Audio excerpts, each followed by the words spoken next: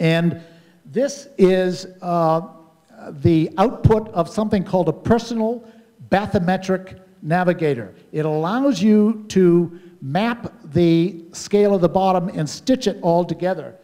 And we searched this area, running the ship back and forth with the machine on, and in this area, but we didn't do this area right here.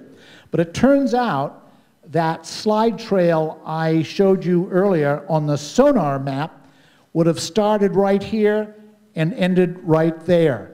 And notice this is sort of a cliff here. So it apparently ski jumped off of that flat part and then went down and down and down.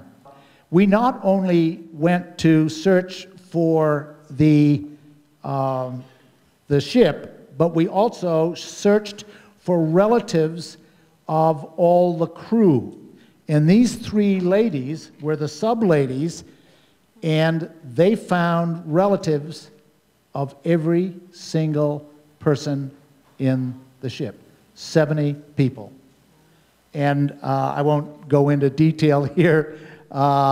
This is one of the steps, or series of steps they went through to find these folks.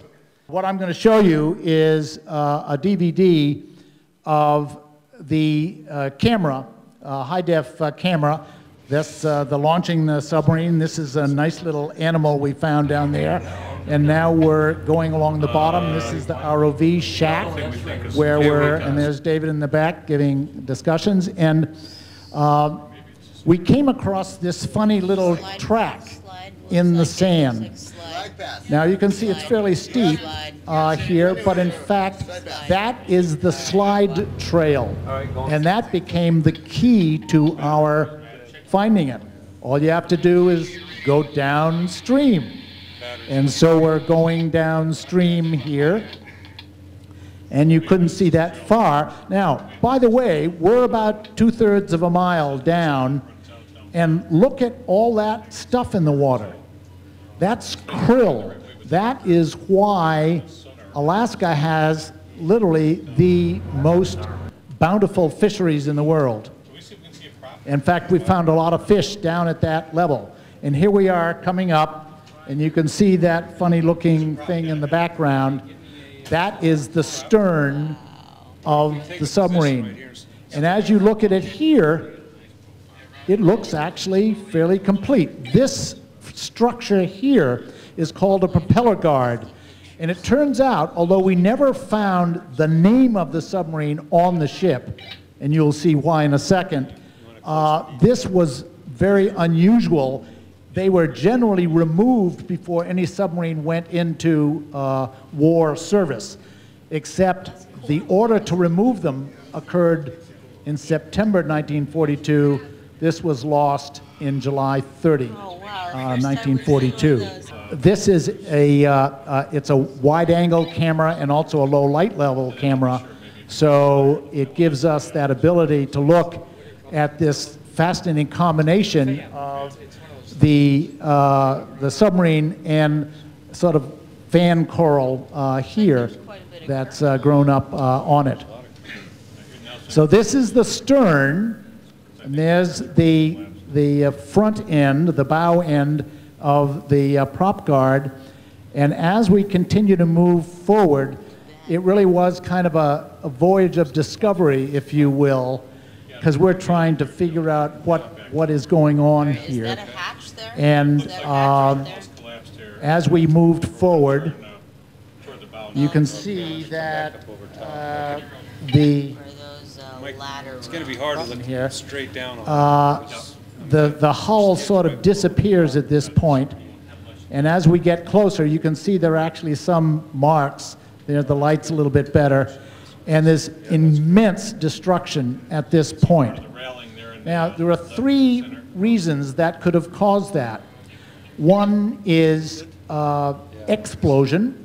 That might have occurred if a torpedo had blown up. Another one is implosion. At this depth, the submarine would have totally collapsed because the pressure is enormously high at this point, and at a level of about 500 feet, the submarine would have been crushed. But you can see here, These are the handrails that were on the deck of the submarine, and then there's wooden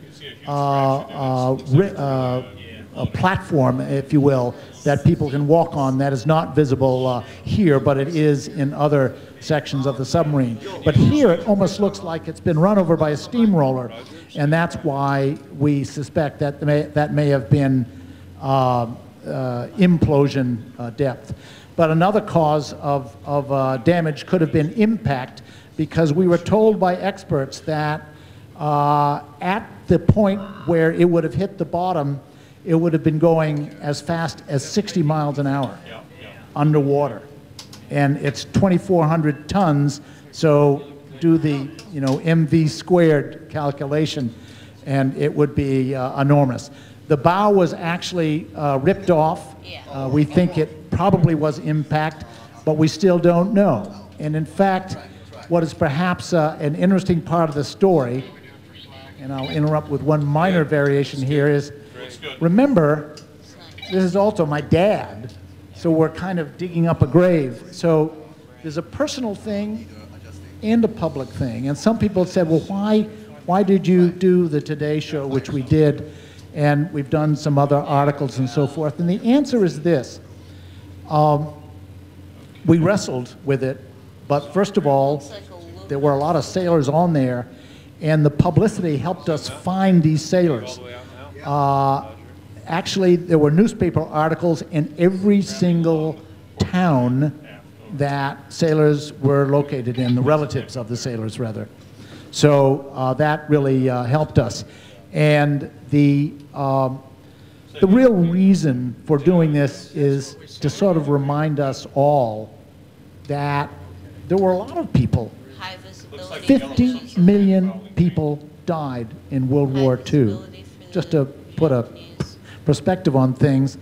And 400,000 US soldiers died, and they sacrificed their lives so we can do things like go to Gadgetoff, which is wonderful. And it's important, I think, for all of us sometimes to remember why. Thank you.